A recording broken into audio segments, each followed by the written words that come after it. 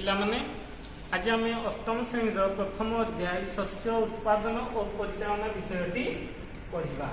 तो जीव बंचापी खाद्य आवश्यक करे एवं उद्भिद माने निज खाद्य निजे प्रस्तुत करुवा बेले प्राणीकूल सबू निज खाद्य से प्रत्यक्ष व परोक्ष भाव में उद्भिद उपरे निर्भर करिथांती।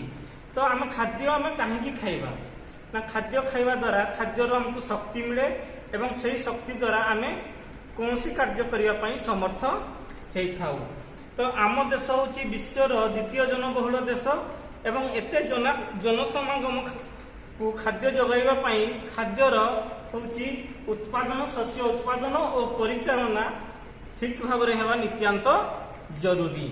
तार पुरातन काल में लोक मैंने जाजाबर भाव में जीवन यापन करुले बनर कंचा फल पनीपरिया खाद्य आकार ग्रहण करथिले एवं प्राणी हूँ मांस को समान खाद्य आकार ग्रहण करथिले।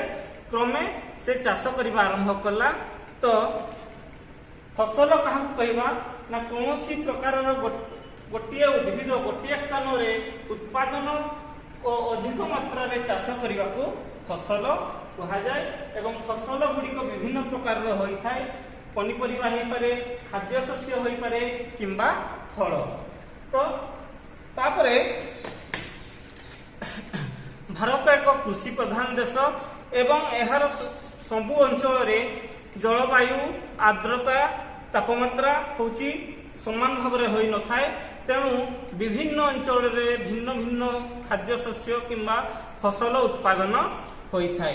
तो दुईटी उन्नत किस्म कृषि प्रणाली है गोटे खरीफ फसल आ गोटे रबी फसल।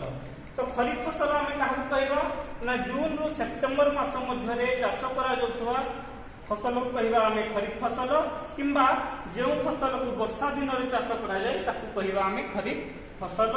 उदाहरण है धान मक्का सोयाबीन और कपा।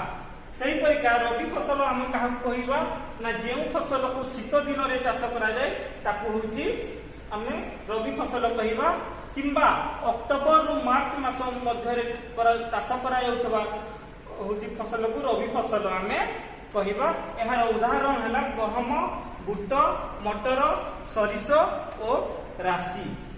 वर्तमान तुम मान कि घर पाठ अच्छी ताकू आम खातार करवा एवं व्हाट्सएप नंबर रे पठेबा।